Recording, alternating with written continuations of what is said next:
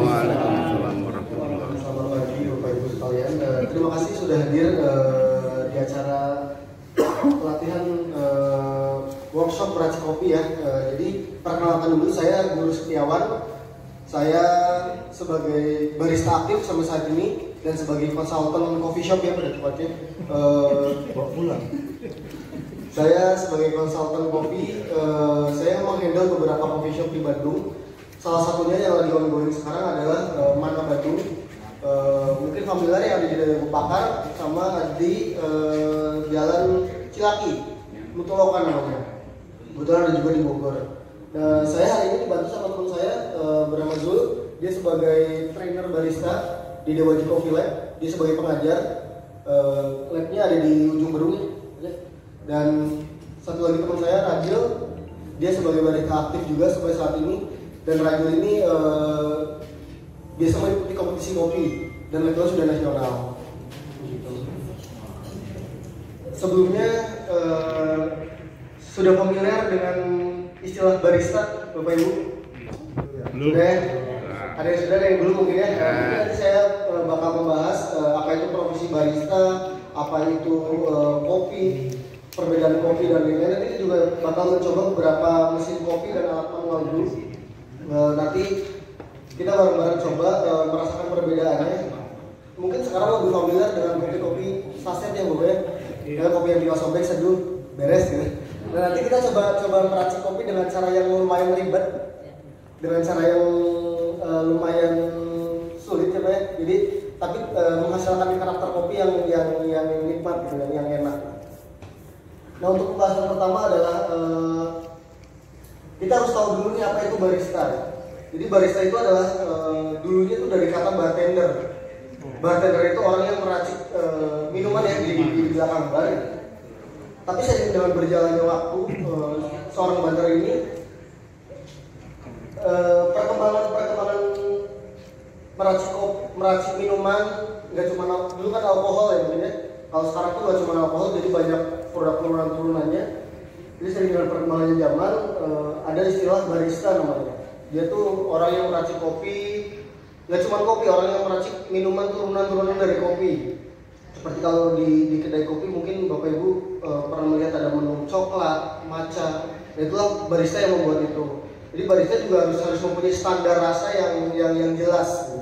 Jadi patokan kita adalah standar rasa karena di setiap kedai kopi itu bakal berbeda standar rasanya.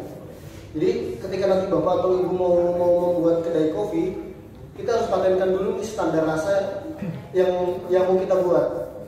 Mau kayak gimana sih standar rasa yang kita buat? Selevel apa ya? Mungkin kalau Starbucks mereka udah punya standar rasa yang mungkin tinggi ya. Kita coba set seperti itu. Apa aja sih nanti cara untuk menentukan standar di kedai kopi? Nanti saya coba jelaskan. Nah, untuk sejarah kopi di dulu pertama kali kopi itu dongengnya ya. Ini dongengnya adalah kopi ditemukan oleh pengembala kambing. Jadi di Ethiopia kopi ditemukan oleh pengembala kambing yang bernama Kaldi. Jadi Kaldi ini lagi mengembala kambing, kambingnya ini makan buah kayak buah ceri, yang dimana itu adalah buah kopi ternyata. Setelah si kambingnya itu memakan buah ceri, si kambingnya jadi aktif, jadi lari-larian. Si Kaldi jadi penasaran lah, kenapa kambing saya jadi hiperaktif, gitu, jadi bersemangat. Ternyata setelah ditelusuri memakan ceri itu. Setelah si Kaldi cari tahu ternyata dan diolah sama si Kaldi ini, ternyata benar kadar kafeinnya lah yang membuat kita bersemangat. Jadi kadang kalau Bapak Ibu mungkin minum kopi jadi deg-degan nggak ya, deg-degan atau mungkin jadi bersemangat, jadi nggak ngantuk. Itu karena kadar kafein yang tertera pada kopi itu yang membuat kita jadi nggak ngantuk, jadi bersemangat. Nah, sejarah kopi di Indonesia dulunya dibawa oleh VOC. Mungkin Bapak Ibu mungkin familiar dengan kata kopi Javapreneur. Nah, kopi Javapreneur itu adalah kopi yang dibawa oleh VOC dan ditanam di gunung-gunung di Jawa Barat. Ada di Puntang, ada di Malabar. Kebanyakan di Malabar dulu. Jadi dibawa sama VOC ke Indonesia melalui namanya adalah Javapreneur. daerah Pranger, ada di Sumatera Utara, Aceh, Bali, Sulawesi hingga Papua. Nah mungkin ini gambaran skemanya ya Pak ya. Jadi kita menikmati secangkir kopi itu nggak cuma kita asal bikin dan minum. Kita harus tahu juga sebagai mungkin nanti ketika mau membuka kedai kopi, kita harus tahu nih perjalanan kopi itu kayak gimana sih, perjalanan apa saja yang dilalui oleh kopi tersebut sehingga bisa layak kita minum. Proses pasca panen adalah proses yang dilalui oleh petani Pak. Jadi petani sebelum menjual, jadi petani itu menjual dalam bentuk gabah biasanya sebelum dijual ke tengkulak atau langsung ke tukang sangrai gitu ya. Jadi berawal dari tumbuhnya kopi, nah pohon kopi ini siap dipanen itu sekitar 2 tahun. Jadi kalau Bapak Ibu nanam kopi dari bibit, mungkin bakal bisa berbuah di 1 tahun atau 1,5 sampai 2 tahun ke depan. Itu baru bisa siap panen. Lalu pohon kopi diambil buah ceri merahnya. Jadi petani kopi itu mengambil buah ceri, panen buah ceri itu cuma yang merah Pak. Jadi mereka mengambil yang masih hijau karena nanti berpengaruh terhadap rasa kopinya ketika sudah disangrai. Jadi yang merah itu cenderung lebih manis, cenderung lebih asam, gitu ya. Setelah proses pasca panen menghasilkan green bean. Nanti kita jelaskan juga proses pasca panennya. Jadi proses pasca panen di kopi itu nggak cuma satu. Jadi mungkin kalau yang kita tahu adalah perumahannya tuh ada kita panen padi. Kalau padi kan cuma satu proses sampai panen padi, digiling, jadi beras gitu. Nah di kopi itu enggak. Di kopi itu ada banyak turunan-turunan prosesnya. Jadi ada yang difermentasi, nanti ada yang pakai ragi, ada yang difermentasi pakai buah-buahan. Itu banyak caranya. Nah ada juga proses pengolahannya, melakukan proses roasting. Proses roasting itu istilah kata lain dari proses sangrai. Dari gabah menjadi biji kopi yang sudah disangrai dan siap seduh.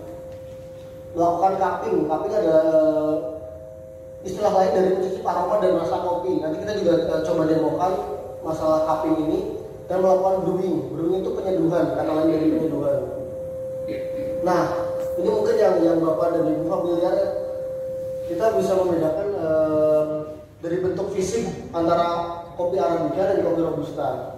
Jadi kopi Arabica ini mungkin yang familiar Bapak Ibu ya dengan kopi-kopi sebutan Arabica dan Robusta gitu. Nah Arabica ini kalau dari bentuk fisik dibandingkan dengan Robusta, perbedaannya adalah kalau Arabica ini lebih lonjong Pak dan Ibu, dan si garis tengahnya ini dia lebih bergaris ya, letter S ya, dibandingkan dengan Robusta. Kalau Robusta itu cenderung lebih bulat dan lebih lurus si garisnya. Dari perbedaan karakter rasanya pun beda. Jadi kalau Arabica itu 2200 mdpl. Kalau Robusta ini dia mau ditanam di dataran rendah juga nggak apa-apa Pak.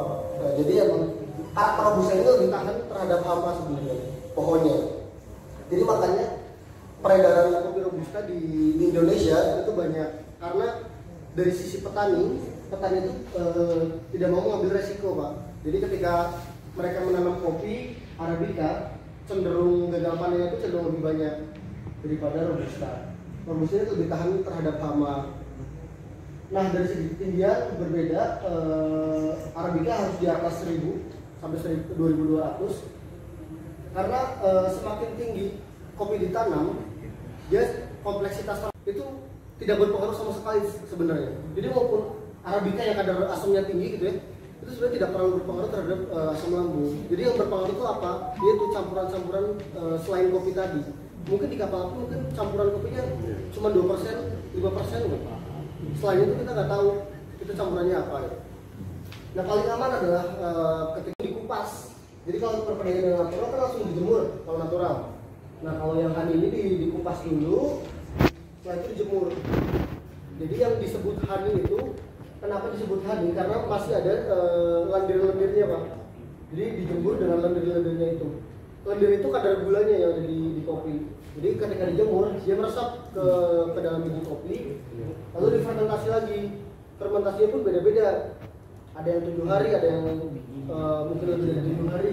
Fermentasi itu Jadi biar kita bedakan nih, biar rasanya pun tidak tercampur gitu. selain ukuran partikel di kopi adalah temperatur air. Jadi yang kita sarankan adalah untuk menyeduh kopi adalah di temperatur 90 sampai 96 derajat Celcius. Jadi cara mengukurnya adalah pakai termometer biasanya. Atau kalau punya kettle elektrik, udah ada settingan suhunya. Tinggal kita setting di angka 90 sampai 96 derajat Celcius. Kalau sampai mendidih biasanya kita sebutnya itu over extract lah kopinya. Jadi outputnya itu bakal pahit, bakal terlalu pahit. Jadi karakter dari si biji kopinya itu tidak keluar biasanya kalau pakai suhu air yang panas. Karena semakin halus biji kopi semakin mudah terlarut pak. Terlarut ini semakin panas air partikel-partikel. Jadi kalau misalnya nah krema ini adalah buih kopi yang ada di atasnya. Nah ini krema kopi. Nah krema ini muncul kenapa? Biasanya itu menandakan bahwa kopinya itu masih fresh. Jadi walaupun kita pakai mocha pot tapi kopinya masih fresh gitu, tetap keluar kremanya. Kita mau pakai mesin tapi kopinya udah lama gitu, udah berbulan-bulan, dia bakal akan keluar kremanya. Karena krema itu muncul dari fresh atau tidaknya kopi. Ada yang masih bingung, Bapak Ibu? Ya. Kalau proses untuk pengolahan kopi itu dari mulai dipanen sampai dengan bisa di roasting gitu ya, itu berapa lama? Dari mulai dipanen, jadi petani itu kadang menjual gabah ke proses ke tukang sangrai juga nggak langsung dijual biasanya. Jadi dari petani proses mungkin sekitar ketika memetik kopi, disortir, terus dijemur, mungkin sekitar 1 bulan pak. Jadi prosesnya 1 bulan, jadi kayak harus fermentasi dulu, fermentasi bisa seminggu, ngejemurnya tergantung curah hujan, cerah atau tidaknya, gitu. Itu bisa lebih lama. Perkiraan sebulan sampai 1,5 bulan itu udah siap jual ke tukang sangrai. Nah si roaster ini nantinya juga ketika dapat gabah dari petani itu nggak bisa langsung disangrai, jadi harus di resting dulu istilahnya. Jadi resting mungkin sekitar 2 minggu 3 mingguan baru bisa siap sangrai. Jadi kalau misalnya di resting langsung di roasting, itu biasanya karakteristik dari kopinya itu nggak keluar. Gitu. Terus kalau penyimpanan kopi itu, kalau paling lama berapa lah? Ya Pak, apakah kalau lama itu lebih bagus atau cuma? Kalau penyimpanan kopi yang udah di roasting atau yang sebelumnya? Yang belum. Nah yang belum itu sebenarnya bisa berbulan-bulan pak. Jadi tergantung penyimpanan. Biasanya kita pakai Grain Pro, pakai wadah plastik itu khusus buat kopi. Biasanya Grain Pro itu bisa penyimpanannya bisa berbulan-bulan. Jadi kalau misalnya cuma di karung gitu ya pak, mungkin 2 bulan udah apa? Karena dia kena udara dari luar. Nah kalau pakai bag kopi yang khusus, ada warnanya hijau namanya Grain Pro, dia bisa berbulan-bulan. Jadi tergantung wadah yang mau kita pakai. Tapi nggak boleh lebih dari 1 tahun ya? Kalau di gudang tidak disarankan sih pak. Jadi nanti rasa kopinya juga jadi apa? Kalau di aroma berapa tahun? Nah itu beda lagi. Jadi kalau kadang tuh kalau ngomongin kopi aroma dan kopi-kopi sekarang itu sebenarnya udah berbeda ya. Karena mungkin kopi-kopi aroma adalah kopi-kopi robusta yang dipanen bertahun-tahun lalu baru dijual hari ini gitu mungkin ya. Nah kalau di specialty coffee hari ini tuh sebenarnya nggak bisa begitu karena kita ada angka yang harus dinilai pak di kopinya. Jadi kita juga nilainya pakai angka. Jadi dari segi aromanya, jadi semakin lama kopi itu semakin tidak berbau gitu. Rasanya tuh semakin apok ketika di roasting. Mas, itu ada perhitungan bisnis ini enggak? Satu. Yang kedua, bentar. Itu pilihan kopi itu yang paling laris saat ini, yang lagi ngetren itu kopi apa? Terus yang ketiga, itu kan peralatan ya. Peralatan itu kan menurut saya yang saya tahu, kalau yang di kopi yang itu luar biasa. Betul. Ya, alatnya canggih-canggih. Betul. Nah, kalau seperti ini nih habis berapa kira-kira? Nah, ya 3 poin.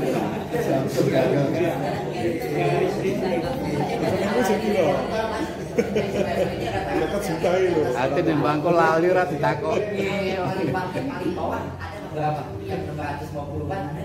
Benar itu. Iya, kalau misalnya ini kalau di rumah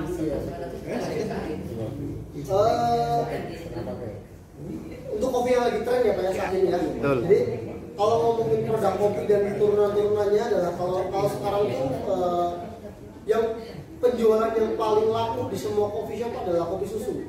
Kopi susu gula aren Pak. Jadi kopi susu gula aren adalah produk kopi yang paling laku sekarang. Ya, itu andalan mereka. Jadi setiap coffee shop, setiap kedai kopi itu harus punya kopi susu gula aren biasanya.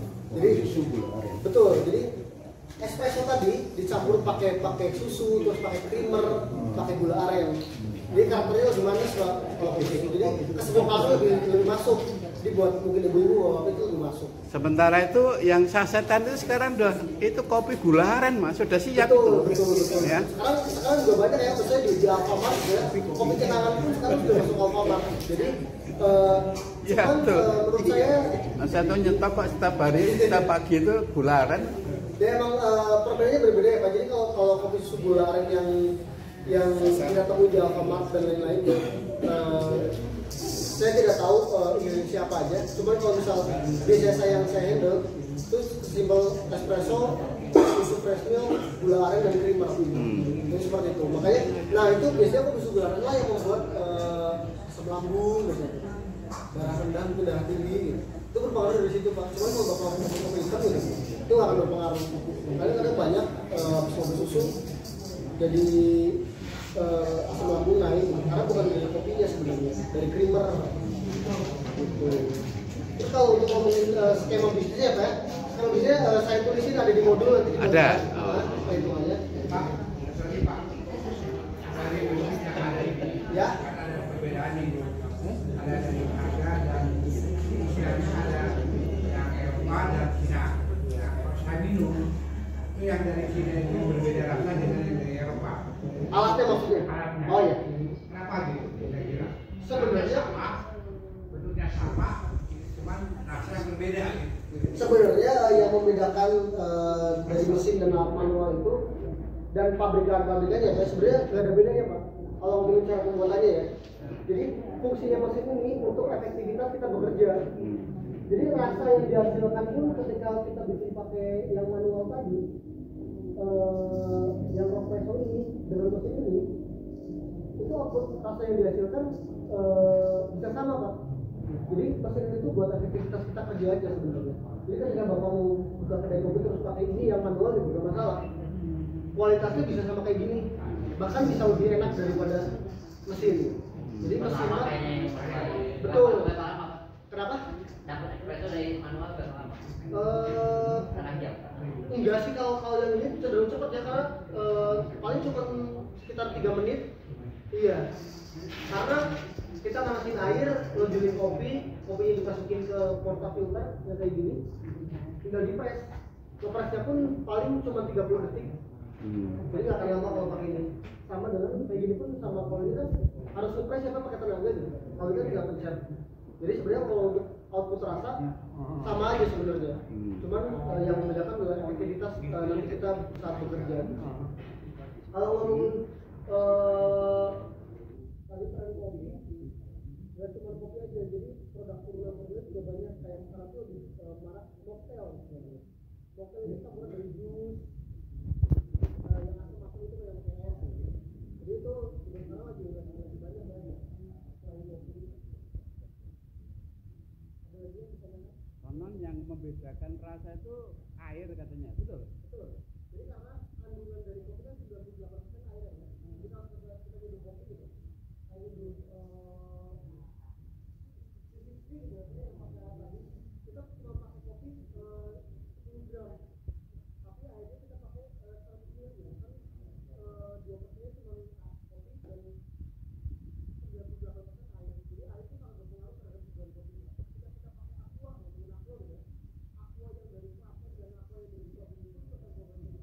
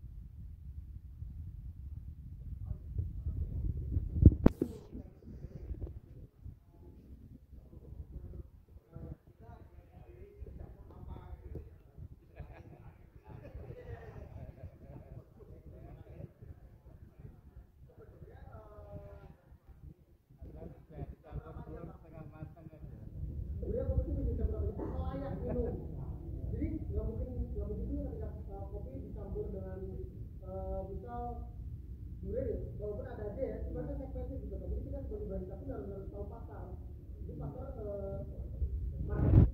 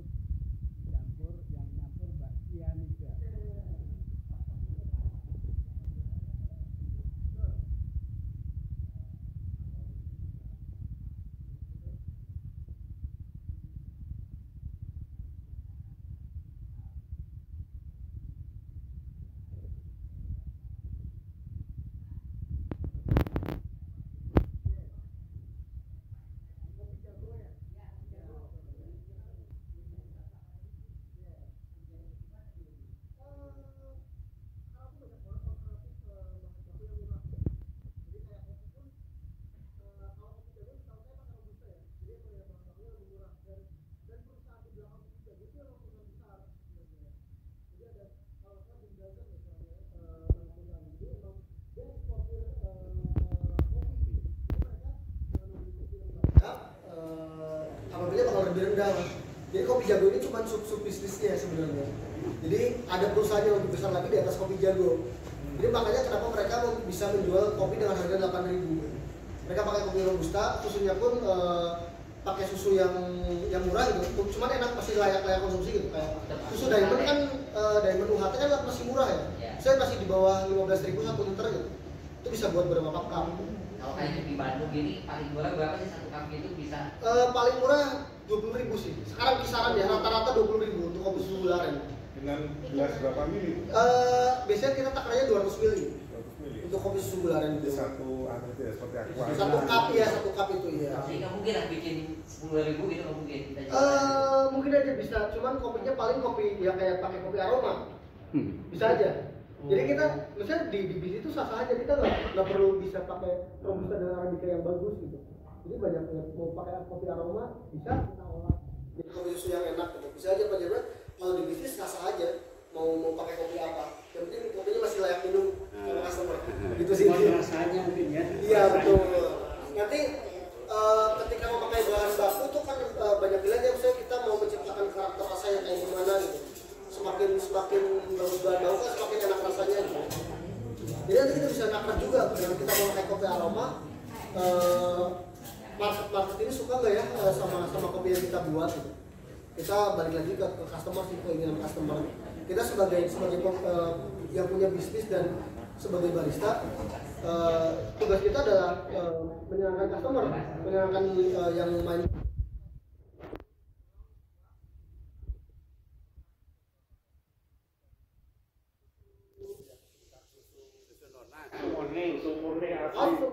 Sudah Pak, sudah pernah.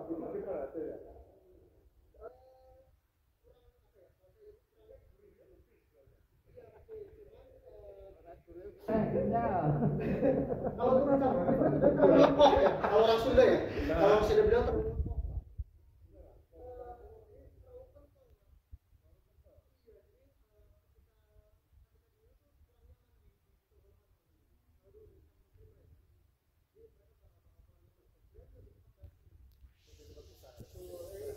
Itu kan ketakutan kita sebagai yang punya kedai ya. Jadi bahan baku yang cukup basi itu ya jadi waste, jadi tidak terpakai, jadi rugi.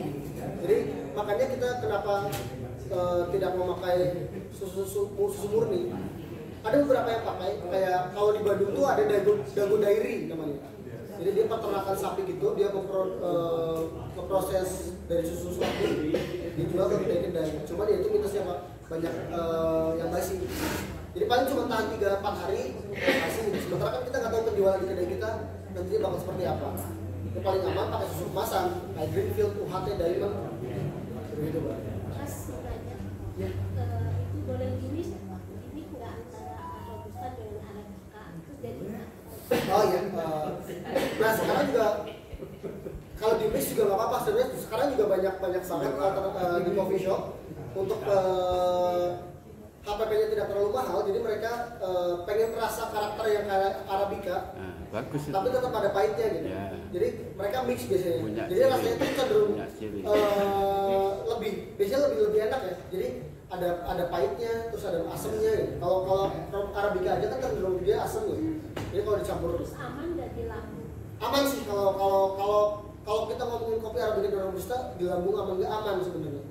Jadi yang bikin nggak aman tuh sebenarnya campurannya biasanya kayak creamernya, terus gulanya, itu yang sebenarnya bikin nggak aman.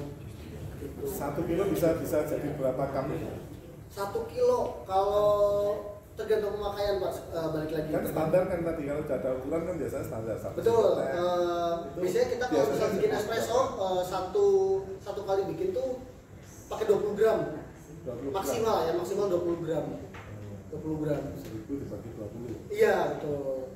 Soalnya bisa jadi beberapa cup. Cuman kan dari situ banyak produk turunannya, bisa jadi cafe latte, cappuccino, americano dan long black. Gitu, Pak. Setelah sisanya ya. Bisa. Mas, di modul itu ada perhitungan bisnis mulai 0. Kira-kira untuk lokasi venue yang lumayan representatif katakanlah, Ya. itu habis berapa? Ada di modul? Oh di modul nggak ada Pak. Di modul cuma gambaran kerangkanya aja Pak. Jadi kalau ngomongin bisnis kopi adalah ya orang-orang mikirnya revenue-nya gede gitu ya. Sebenarnya untuk BEP-nya tuh lumayan lama juga sebenarnya. Ya. Jadi kita harus sabar gitu. Jadi BEP minimal tuh satu tahun sampai 1,5 tahun lah. Kalau Ya, kopi. cepet lah Jadi itu. nggak bisa instan 3 bulan gitu. Non tempat Mas. Betul. Non tempat. Betul. Nah, sebagai pembisnis kopi gitu ya, tantangan paling besar adalah beban paling besar adalah beban sewa. Jadi paling enak adalah kalau bapak ibu punya aset sendiri.